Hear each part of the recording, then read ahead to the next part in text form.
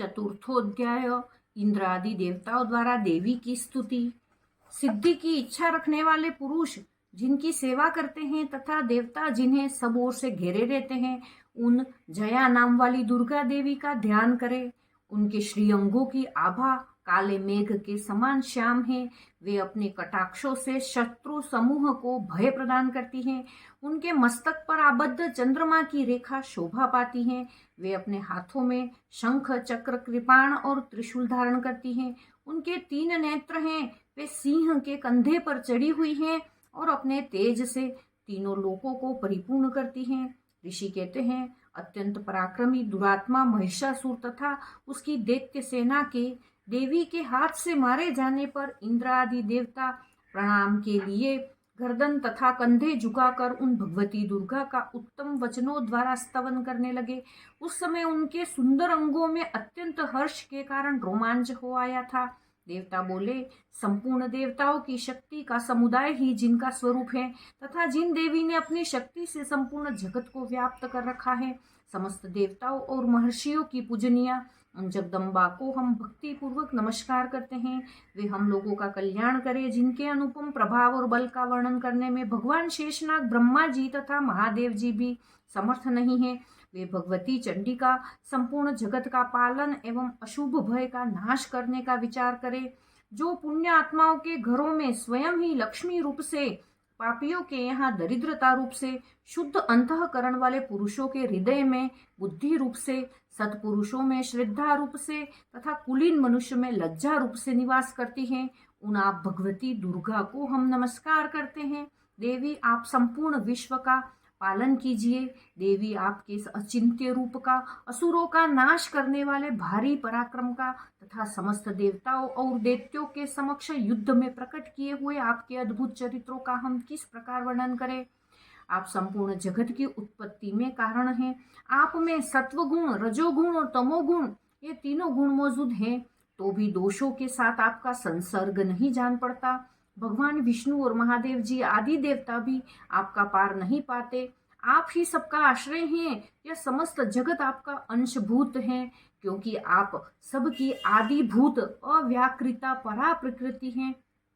देवी, संपूर्ण यज्ञों में जिसके उच्चारण से सब देवता तृप्ति लाभ करते हैं, वह स्वाहा आप ही हैं। इसके अतिरिक्त आप पितरों की भी तृप्ति का कारण हैं, अतएव सब लोग आपको स्वधा भी कहते हैं।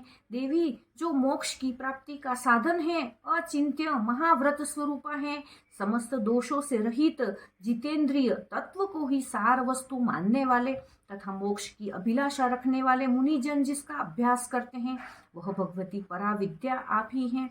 आप शब्द स्वरूपा हैं। अत्यंत निर्मल ऋग्वेद, यजुर्वेद तथा उद्गीत के मनोहर पदों के पाठ से युक्त सामवेद का भी आधार आप ही हैं। आप देवी त्रयी, तीनों वेद और भगवती 6 ऐश्वर्यों से युक्त हैं। इस विश्व की उत्पत्ति एवं पालन के लिए आप ही वार्ता, खेती एवं आजीविका के रूप में प्रकट हुई हैं। आप संपूर्ण जगत की घोर पीड़ा का नाश करने वाली हैं। देवी, जिससे समस्त शास्त्रों के सार का ज्ञान होता है, वह मेधा शक्ति आप ही हैं। दुर्गम भव सागर से पार उतारने वाली नौका रूप दुर्गा देवी भी आप ही हैं।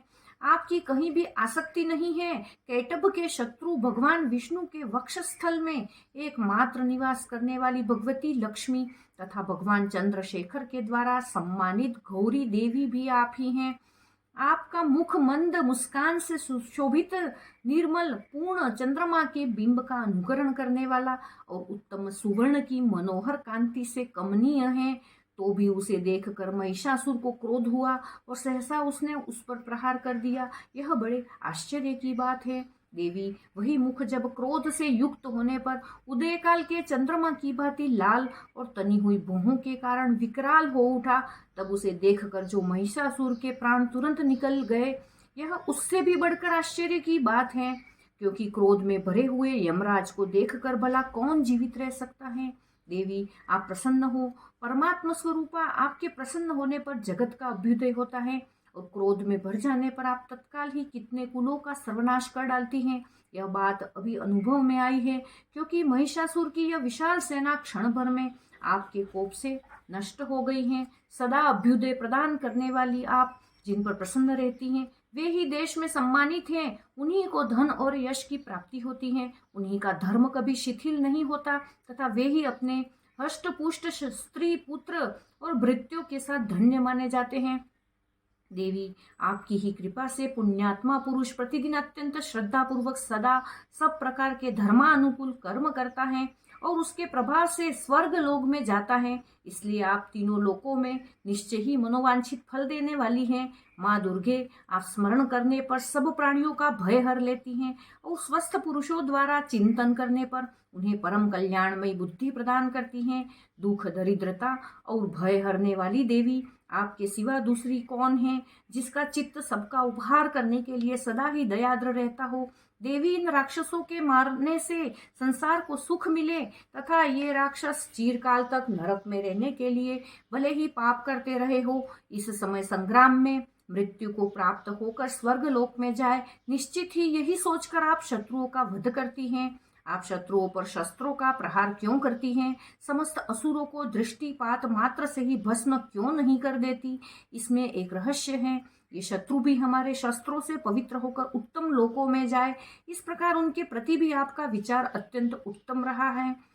खड्ग के तेज पुंज की भयंकर दीप्ति से तथा आपके त्रिशूल के अग्रभाग की घनीभूत प्रभा से चौंधिया कर जो असुरों की आंखें फूट नहीं गई, उनमें कारण यही था कि वे मनोहर रश्मियों से युक्त चंद्रमा के समान आनंद प्रदान करने वाले आपके सुंदर मुख का दर्शन करते थे।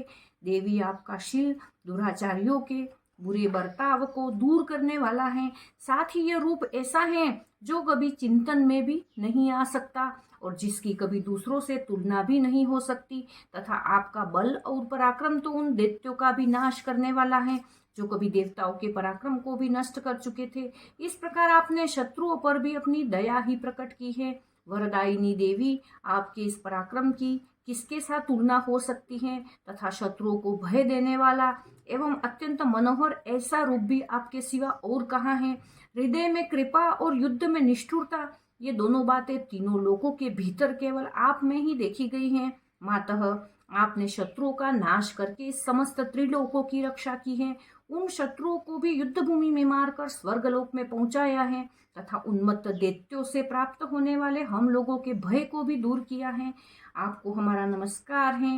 देवी आप शूल से हमारी रक्षा करें, अंबिके आप खड्ग से हमारी रक्षा करें तथा घंटा की ध्वनि और धनुष की टंकार से हम लोगों की रक्षा करें। चंडिके पूर्व पश्चिम और दक्षिण दिशा में आप हमारी रक्षा करें तथा ईश्वरी अपने त्रिशूल को घुमाकर आप उत्तर दिशा में भी हमारी रक्षा करें। तीनों लोकों में आपके जो परम सुंदर एवं अत्यंत भयंकर रूप विचरते रहते हैं, उनके द्वारा भी आप हमारी तथा इस भूलोक की रक्षा करें। अंबिके आपके कर पल्लवों में शोभा पाने वाले खड्ग शूल और गदा आदि जो जो अस्त्र हो, उन सब के द्वारा आप सब ओर से हम लोगों की रक्षा करें।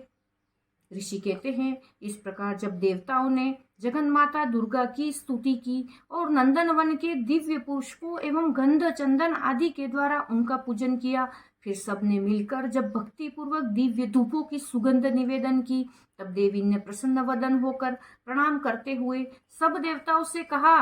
देवी बोली, देवताओं तुम सब लोग मुझसे जिस वस्तु की अभिलाषा रखते हो उसे मांगो।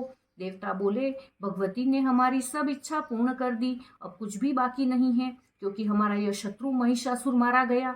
महेश्वरी, इतने पर भी यदि आप हमें और वर देना चाहती हैं, तो हम जब जब आपका स्मरण करें तब तब आप दर्शन देकर हम लोगों के महान संकट दूर कर दिया करें तथा प्रसन्नमुखी अंबिके जो मनुष्य इन स्तोत्रों के द्वारा आपकी स्तुति करे, उसे वित्त समृद्धि और वैभव देने के साथ ही उसकी धन और स्त्री आदि संपत्ति को भी बढ़ाने के लिए आप सदा हम पर प्रसन्न रहे।